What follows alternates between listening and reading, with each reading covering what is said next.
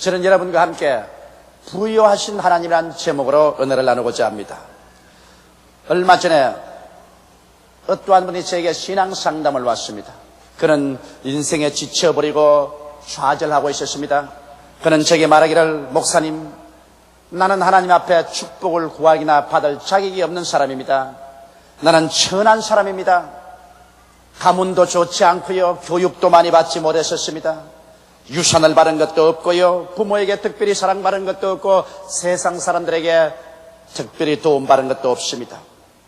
나는 좌절하고 열등의식에 짓눌려 있습니다. 나는 늘 마음이 슬픕니다. 나는 내 자신을 비하하고 있습니다. 자학을 하고 있습니다. 목사님은 긍정적이고 적극적이고 창조적이며 생산적인 태도를 가지라고 하지만은 나같이 천한 인간이 어떻게 그러한 마음의 자세를 가질 수가 있습니까? 그러므로 나 같은 사람이야말로 이 세상의 쓰레기와 같은 인생입니다. 너무 자기를 비하해서 말을 했습니다. 나는 한참 듣고 있다가 이분에게 이런 이야기를 했습니다. 여보시오, 내 이야기를 들으시오. 당신이 비천한 인간인지도 모르겠습니다. 당신이 스스로 자학을 하고 못난 인간인 줄 나도 그렇게 생각할 수 있습니다. 그러나 한 가지 내 말을 들으십시오. 어느 날 시카고의 유명한 호텔에 노인 한 분이 왔습니다. 점잖하게 옷을 입고 말쑥하게 생긴 어른이 와서 호텔의 접수원에게 자기가 그 호텔에서 묵겠다고 했습니다. 그러면서 말하기를, 이 호텔에서 가장 값이 싼 방을 하나 주십시오. 그 접수원이 사람 보니까 옷도 그렇게 흘물하게 입지 않았는데 싶어서 자세히 보고 깜짝 놀라셨습니다. 이분은 다른 분이 아니라 미국의 최대의 부호 중에 한 사람인 락커펠러 1세였습니다. 아니, 귀한 락커펠러 1세가 아닙니까? 그렇죠. 당신의 아들이 시카고에 오면은 우리 호텔에 와서 가장 비싸고 좋은 스위트를 달라고 해서 거기 거하는데, 그 아버님 대신은 당신은 와서 제일 값싼 방을 구하다니요. 웬 말입니까? 안경 너머로 접수원을 한참 보고 난 다음에, 여보시오, 내 아들은 부자 아버지가 있지만은 나는 그런 부자 아버지가 없어요. 유유히 가장 값싼 방에 등록을 하고 들어갔다.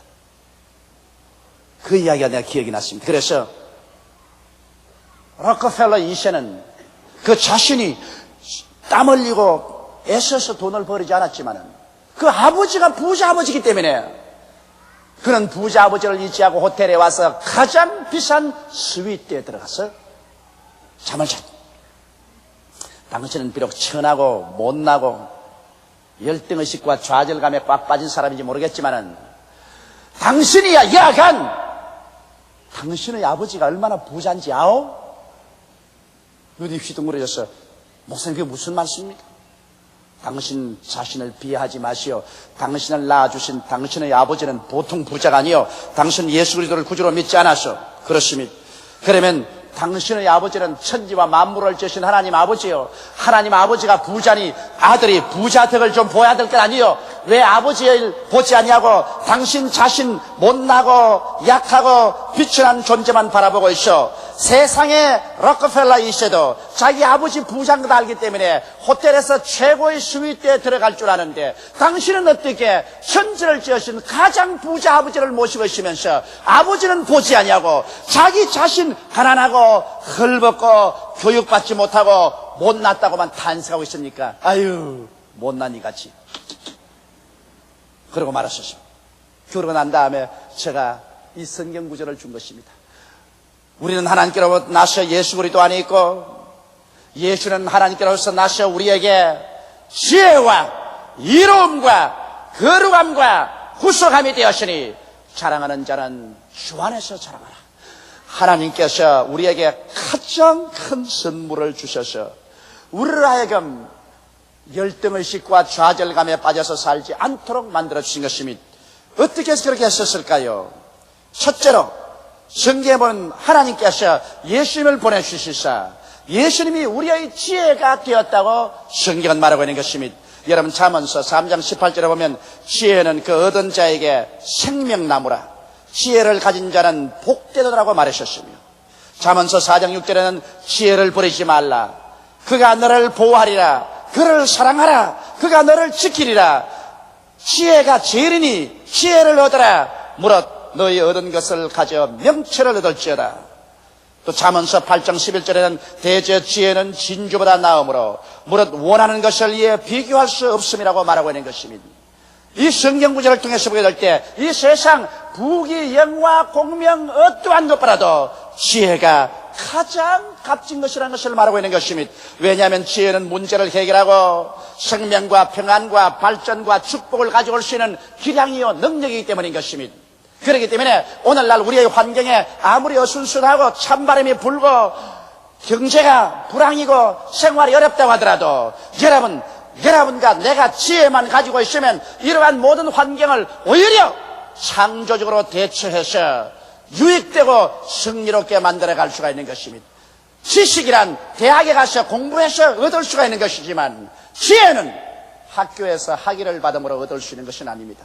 지식을 아무리 많이 가져도 지혜가 없는 사람은 지식을 사용할 줄 몰라서 사장시켜버리는 것입니다. 아무리 대패와 끌과 방망이가 있어도 망치가 있어도 대패질을 할 수 있고 목공을 할 수 있는 지혜가 없는 사람은 그것이 소용이 없습니다. 지혜는 여러분 하나님이 주시는 것입니다. 지혜 있는 사람은 머리가 되고 꼴이 되지 않고 위에 있고 아래 내려가지 않습니다. 지혜 있는 사람은 세상의 생존 경쟁에서 이깁니다. 그런데 누가 지혜를 얻을 수가 있는 것입니다. 여기 성경에 하나님께서 말씀하기를 예수님은 바로 지혜의 근본이신데 하나님께서 예수를 우리에게 보내셔서 우리의 지혜가 되게 했다고 말씀하고 있는 것입니다. 그러므로 여러분께서 우리 구주 나사렛 예수를 믿었다는 것은 내가 구원받아 천당만 가기 위한 길이 아니라 예수님은 바로 여러분과 나에게 지혜가 되어 주신 것입니다. 그러므로 이 세상에 그 무슨 부귀 영화 공명으로도 바꿀 수 없는 가장 큰 축복을 하나님께서 여러분과 나에게 허락해 주었는데 이것을 누리지 못한다면 어리석기 짝이 없게 되고 말 것인 것입니다. 성경 야고보서 1장 5절에도 너희 중에 누구든지 지혜가 부족하거든 모든 사람에게 후히 주시고 꾸짖지 아니하시는 하나님께 구하라 그리하면 주시리라고 하셨으니 우리가 하나님께 구해서 그리스도를 의지하여 지혜를 가지고 살았다면 이 세상에서 어느 곳에 가나 생명을 얻되 넘치게 얻을 수 있는 길을 발견했을 것입니다. 요사이 특별히 암 환자가 많아요. 폐암 환자, 간암 환자가 어떻게 그렇게 많은지 모르겠어요. 대개 내가 폐암 환자를 물어보면 지혜 없이 줄담배를 피워가지고서 그 폐 속에 꿀뚝을 만들어 놓았다가 폐암에 걸립니다. 지혜 없는 자입니다. 대개 간암이 걸려 죽어가는 사람 오는 거 보면 말수를 마셔가지고서 위장과 간을 박살을 내놓았어요. 그러고 난 다음에 이제 기도받으러 옵니다. 지혜 없는 사람인 것입니다. 여러분 우리가 조그마한 우리의 생활에도 지혜 없이 행함으로 말미암아 자기 생명을 파멸에 이끌어들이는 사람이 많습니다. 마귀가 아무리 올무를 놓고 우리 환경을 어수선하게 만들다 하더라도 그리스도를 의지하고 하나님께 지혜를 구해서 지혜롭게 사는 사람은 이 마귀의 올무를 다 피해서 성공적인 인생을 살아갈 수가 있는 것입니다. 여러분 이 성경은 바로 지혜의 셈인 것입니다. 우리가 예수 그리스도를 의지하고 이 성경을 열심히 읽고 묵상하고 말씀을 들으면 여러분과 나는 지혜로운 사람이 되고 그러므로 이 인생의 생존 경쟁에서 어느 곳에 가나 머리가 되고 꼴이 되지 않고 위에 있고 아래 내려가지 않고 남에게 구워줄 자도 꾸지 않는 인생을 살아갈 수가 있습니다. 지혜가 제일입니다. 이러므로 여러분과 나는 인생을 살면서 절망적인 존재라고 생각하지 마십시오. 하나님께서는 능히 여러분의 운명을 해결하고 살아갈 수 있는 지혜를 여러분에게 주었습니다. 이러므로 여러분 지혜 있는 사람들인 것입니다. 지식은 없을는지 모르겠습니다. 학력은 없을는지 모르겠습니다. 박사학위는 못 받았을는지 모르겠습니다. 그러나 여러분은 여러분의 문제를 해결하고 운명과 환경을 변화시키며 평안과 행복과 축복을 가져오는 위대한 능력을 발휘할 수 있는 지혜를 가지고 있습니다. 지혜로운 사람인 것입니다. 주를 앙망하는 사람은 지혜 있는 사람인 것입니다. 그러므로 하나님께서 이와 같이 이 세상에서 돈으로 이루 계산할 수 없는 여러분의 운명과 환경을 변화시킬 수 있는 위대한 도구인 지혜인 예수 그리스도를 우리에게 주신 것을 알고 감사하고 스스로 늘 예수께 기도하고 의지하면 여러분은 지혜로 꽉 들어찬 사람이 되어 지혜롭게 생각하고 지혜롭게 말하고 지혜롭게 결정하고 지혜롭게 판단하고 지혜롭게 행동함으로 말미암아 여러분의 생활은 젖과 꿀이 흐르는 삶을 살아갈 수가 있게 되는 것입니다. 이것이 얼마나 큰 축복인 것입니까? 이 보화를 모르고 교회에 왔다 갔다 한다면 이 사람은 어리석은 사람이 되고 말 것입니다. 둘째로 여기 성경에는 예수 믿는 우리의 의로우심이 되었다고 말하고 있는 것입니다. 의는 죄가 전혀 없는 상태를 말합니다. 성경 고린도후서 5장 21절에 보면 하나님이 죄를 알지도 못하신 자로 우리를 대신하여 죄를 삼으신 것은 우리로 하여금 저희 안에서 하나님의 의가 되게 하려 하심이라고 말한 것입니다. 여기에서 예수께서 우리의 죄를 짊어졌다고만 말하지 않고 예수께서 우리를 위하여 죄가 되어버렸다고 말한 것입니다. 죄를 짊어졌다는 말하고 죄가 되어버렸다는 말하고는 의미가 틀립니다.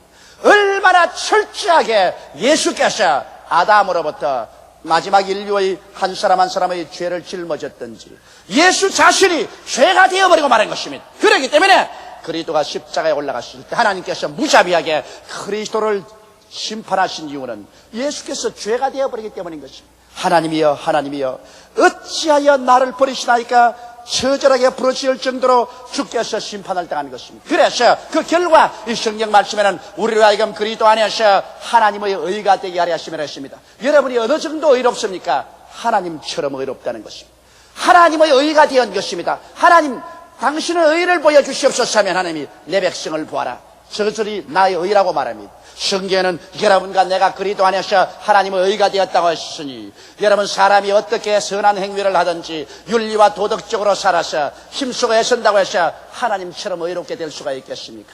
이는 오직 예수 그리스도의 보혈 공로로 말미암아 믿음으로 값없이 얻는 것입니다. 사람이 하나님처럼 의롭게 되었다는 것은 이것은 상상을 초월한 것입니다. 이처럼 여러분과 나는 예수를 믿음으로 말미암아 예수가 여러분과 나에게 하나님의 의가 되게 만들어 주신 것입니다. 의라는 것은 하나님 앞에 담대히 설 수 있는 자격을 얻지요. 여러분과 내가 하나님의 의가 되었으니 이제 아버지 앞에 그 아들 예수 앞에 나가는데 끓일 것이 하나도 없습니다.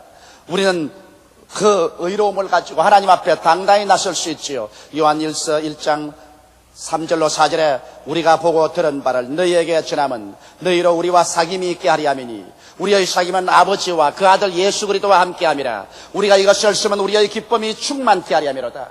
여러분 하나님과의 사귐의 결과는 기쁨입니다. 왜냐하면 하나님은 진리요 진리는 기쁨입니다. 성경에 하나님의 앞에는 기쁨이 충만하고 그 우편에는 기쁨이 넘친다고 말한 것입니다. 이러므로 예수 믿는 사람들의 그 홀막은 기쁨입니다. 예수 믿는 사람이 기쁨이 사라진다는 것은 하나님 아버지와 그 아들 예수 그리스도와의 사귐이 사라졌다는 것입니다. 이것보다 비극적인 것이 없습니다. 죄가 들어와서 하나님과 그 아들 예수와의 사귐이 사라지면 기쁨이 사라지는 것입니다. 여러분과 내가 예수를 믿어 의롭게 된 이상 하나님의 의가 된 이상 하나님과의 마음대로 사귐이 있어 기도하고 찬미하고 교통할 수 있습니다. 그 아들 예수 그리스도와 사귐이 있기 때문에 여러분과 나의 마음속에 그 결과로 하나님의 기쁨이 넘쳐 흐르게 되는 것입니다. 예수 믿는 사람들은 영혼의 깊은 속에 우리를 감동해주고 우리 영혼을 감격시키는 기쁨의 샘을 가지고 있는 것입니다. 이 기쁨을 잃어버리면 우리의 신앙은 힘을 잃어버리고 마는 것입니다. 사람이 마음에 기쁠 때 찬송이 나옵니다. 박수가 나옵니다. 할렐루야가 나옵니다. 마음에 기쁨이 있을 때 나가서 전도할 힘과 용기가 생기는 것입니다. 기쁨이 사라진 신자는 생명의 힘을 잃어버린 신자가 되고 마는 것입니다. 이러므로 사랑하는 성도 여러분, 여러분과 나는 의로운 자라 하나님과 그 아들 예수와 교제해서 항상 기쁨 가운데 살게 되시기를 주 이름으로 축원합니다. 의라는 것은 또한 마귀를 이기는 무기입니다. 요한계시록 12장 11절에 또 여러 형제가 어린 양의 피와 자기의 증거하는 말을 인하여 저를 이기었으니 그들은 죽기까지 자기 생명을 아끼지 아니하였다고 말하고 있는 것입니다. 예수 그리스도의 보혈로 의롭게 된 우리들은 마귀하고 대적할 때 늘 이깁니다. 왜냐하면 어둠 앞에 빛이 들어오면 어둠은 사라지는 것입니다. 햇빛이 비치면 안개가 불타버리고 마는 것입니다. 이처럼 마귀는 어둠과 같고 안개와 같은데 의로운 태양이 떠오릅니다. 예수 그리스도가 여러분과 나의 의가 되기 때문에 의로운 태양이 우리 속에 떠오르 있기 때문에 안개처럼 마귀는 불타버립니다. 어둠처럼 사라져버리는 것입니다. 마귀가 한 길로 왔다가 7길로 도망쳐버리게 되는 것입니다. 이러므로 의인은 마귀를 이깁니다. 예수께서 여러분의 의가 되었으므로 마귀를 두려워하지 말고 가슴을 펴고 나사렛 예수 이름으로 대적하는 여러분이 되어야 될 것입니다. 너희가 내 이름으로 귀신을 쫓아낼 것이라고 말하셨으며 마귀를 대적하라 그래야만 제가 너를 피하리라고 말한 것입니다. 이러므로 여러분과 나는 연약한 자가 아니라는 것을 마음속에 확실히 알아야 될 것입니다. 셋째로 성경에는 하나님께서 예수님을 우리에게 주셔서 예수님은 우리의 거룩함이 되었다고 말한 것입니다. 거룩함이란 뜻은 성스럽고 위대함이라는 것입니다. 성스럽다는 뜻은 고귀한 성품을 말하는 것입니다. 여러분과 나같이 천하고 세속적이고 육체적인 인간이 고귀한 존재가 될 수 있어요? 하나님과 한자리에 앉고 예수님과 함께 손을 잡을 수 있고 천사들이 와서 물어볼 뿐은 고귀한 인생이 될 수가 있어요? 아무리 생각해봐도 인간의 힘으로는 여러분과 내가 고귀한 인생이 될 수 없는데 성경은 말하기를 예수를 보내셔서 예수님이 여러분과 나의 거룩함, 고귀함이 되었다는 것입니다. 여러분은 고귀한 존재입니다. 천하게 이리저리 굴러다닐 존재가 아닙니다. 사람들에게 짓밟히고 침뱉음을 받을 존재가 아닙니다. 하나님께서 귀히 여기고 예수께서 귀히 여기며 천사들이 와서 여러분을 섬기는 고귀한 존재인 것입니다. 거룩하다는 것은 또한 위대함을 말합니다. 국량이나 업적이 크게 뛰어난 것을 말합니다. 여러분과 내가 무슨 국량이 뛰어나며 여러분과 내가 이루어간 업적이 어디 있습니까? 그러나 예수께서 이루어 놓은 것을 전부 하나님께서는 여러분과 나의 업적으로 취급을 해 주시는 것입니다. 그래서 예수께서 위대한 것처럼 여러분과 나를 하나님은 위대하다고 보는 것입니다. 천사들도 위대한 존재라고 봅니다. 마귀들도 위대한 존재라고 봅니다. 그런데 왜 여러분 자신이 자기를 비하시깁니까? 열등의식과 좌절감에 처해 있는 것입니까? 온 세상이 다 나를 몰라주어도 하나님께서는 여러분과 나를 그리스도 안에서 위대한 존재로 만들어 놓은 것입니다. 예수님은 여러분과 나에게 고결함이 되었고 위대함이 되셨습니다. 예수가 우리하고 같이 있는 이상 여러분과 나는 위대한 인간이라는 것을 알게 되시기를 주의 이름으로 축원합니다. 그러므로 자존심을 가지십시오. 자기 스스로를 사랑하십시오. 자기를 존경하는 사람이 남도 존경하게 되고 자기를 사랑하는 사람이 남도 사랑하게 되는 것입니다. 여러분과 나는 그러므로 이 세상의 쓰레기같이 굴러다니며 먼지와 티끌 같은 존재는 아닙니다. 하나님께서 귀하게 여기는 거룩한 자들인 것입니다. 왜? 예수님께서 여러분과 나에게 고결함이 되셨고 위대함이 되신 것입니다. 우리는 모두 다 그러므로 위대하게 생각하고 위대하게 말하고 위대한 사상을 품으며 위대하게 행동할 줄 알아야 되는 것입니다. 이래봬도 여러분과 나는 예수 그리스도를 모신 하나님의 자녀이기 때문인 것입니다. 이러므로 예수를 모신 사람, 예수를 모신 가정, 예수를 모신 나라는 고결한 존재요 위대한 존재인 것입니다. 넷째로 성경은 말하기를 예수님은 우리의 구속함이 되었다고 말한 것입니다. 구속함이란 무슨 의미일까요? 우리가 종으로 팔렸었을 때 누가 와서 대가를 지불하고 값주고 사내주면 우리가 구속함을 받았다는 것입니다. 아담과 하와가 하나님께 범죄해서 하나님께 반역함으로 하나님께서 아담과 하와를 더럽게 여겨서 마귀에게 내어 던져버렸습니다. 마귀가 힘이 세서 우리를 종으로 잡은 것은 아닙니다. 하나님이 우리를 버렸기 때문에 마귀가 버린 것 주어서 종삼한 것입니다. 그러나 예수께서 오셔서 여러분과 나의 속전이 되어 주셨습니다. 그 몸을 찢고 피를 흘려 그 아담과 하와의 죄악의 대가를 지불하셨습니다. 하나님께 그 죄가를 지불하고 하나님께서 예수 그리스도로 말미암아 여러분과 나를 이제는 마귀의 손에서 빼앗아주는 것입니다. 그러므로 예수님은 여러분과 나의 구속함이 되셨습니다. 무엇에 대한 구속함일까요? 여러분과 나를 죄악 가운데서 값주고 사내어 주셨으니 이제는 죄인이 아니요 의인이요 여러분과 나를 무능과 추함에서 구속해 주었어요. 성령을 주심으로 말미암아 성령도 우리 연약함을 도와주시기 때문에 우리는 이제 무능하고 추악한 존재가 아닌 것입니다. 예수님은 또한 여러분과 나에게 질병과 연약에서 치료가 되는 것입니다. 오늘날 사람들의 마음속에 가장 근원적인 공포는 병들까 싶은 공포인 것입니다. 병들어서 연약해지는 것은 우리에게 참으로 무서운 일인 것입니다. 그러나 예수께서는 여러분과 나에게 질병과 연약에서 건져주는 속전이 또 된 것입니다. 나는 며칠 전에 우리 교회 자매님 한 분이 오셔서 목사님 이 간증은 내가 꼭 해야 되겠습니다. 내가 바쁜데 다른 일을 하고 있는데 자꾸 뒤에서 목사님 이 간증은 꼭 해야 내가 집에 돌아갈 수 있습니다. 그 뭡니까? 이러니까 전번 주일에 내 딸하고 교회에 와서 큰 기적이 일어났었습니다. 우리 딸이 갈빗대 밑에 악성 종양이 생겼었습니다. 병원에서는 갈빗대 2대를 꺾어내고 그리고 그 밑에 있는 종양을 수술해야 된다 그럽니다. 결혼도 안 한 처녀로서 갈빗대 2대를 꺾어내고 종양을 수술해야 되면 내 딸의 장래는 어떻게 됩니까? 우리는 비통한 마음을 가졌습니다. 며칠 후에 수술받게 되었는데 우리는 교회 예배당에 왔습니다. 목사님 설교를 듣고 난 다음 병자면 기도를 하고 난 다음 목사님이 갑자기 손을 옆구리에 대면서 이 옆구리 갈빗대 여기에 혹이 난 사람 오늘 나았다고 말하셨습니다. 나도 그 분명히 기억합니다. 몇 주일 전의 일이었습니다.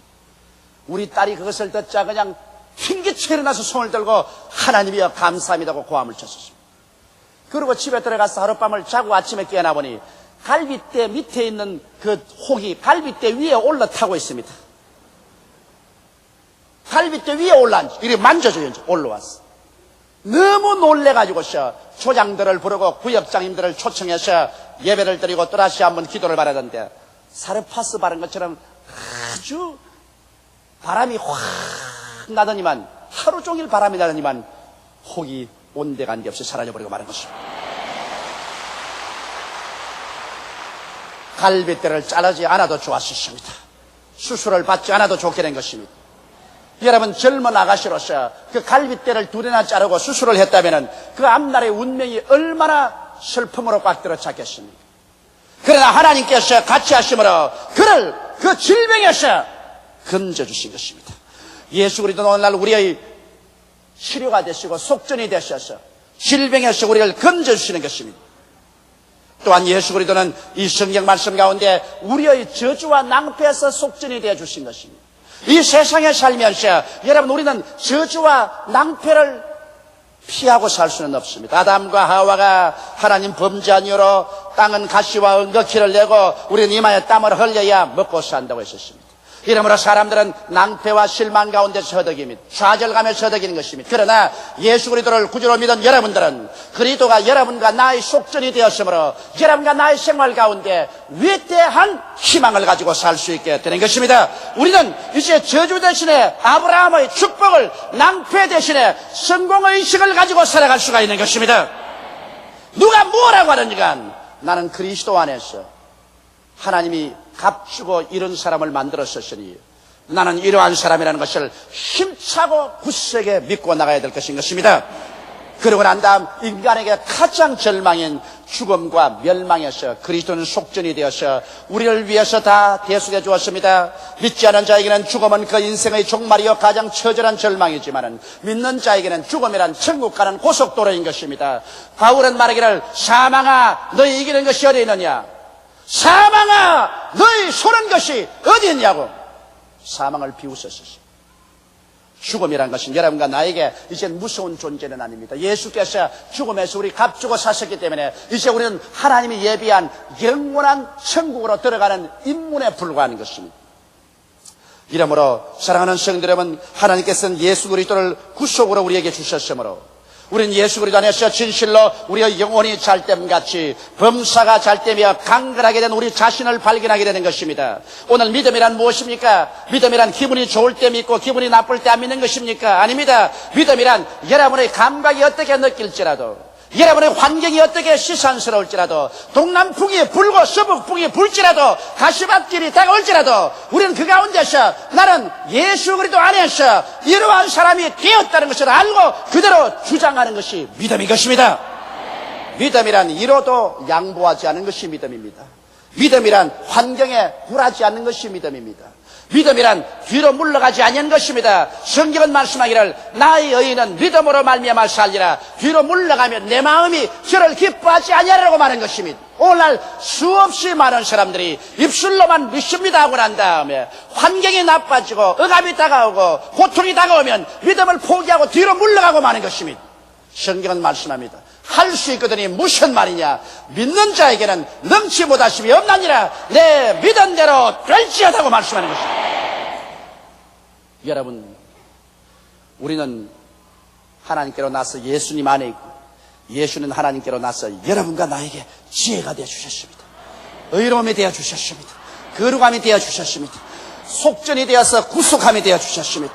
우린 예수 안에서 위대한 축복을 받은 사람이요, 우리 아버지 하나님은 이 크나큰 우주의 부자로서 여러분과 나에게 이 은총을 주신 것입니다. 이러므로 우리 자신은 형편없고 보잘것없더라도 우리 하나님 아버지께서 우리에게 주신 은혜는 형언할 수 없이 큽니다. 아버지 하나님의 덕분으로 예수님 안에서 우리는 이와 같은 은혜를 받았으니, 내가 잘나서 받은 것이 아니라 아버지가 부유해서 그렇게 된 것입니다. 이러므로 가슴을 펴고 허리를 펴고 배짱 있게 하나님의 은총 가운데 담대한 믿음으로 살아나가는 여러분 되시기를 주의 이름으로 축원합니다. 다 같이 고 예수께 기도드리겠습니다.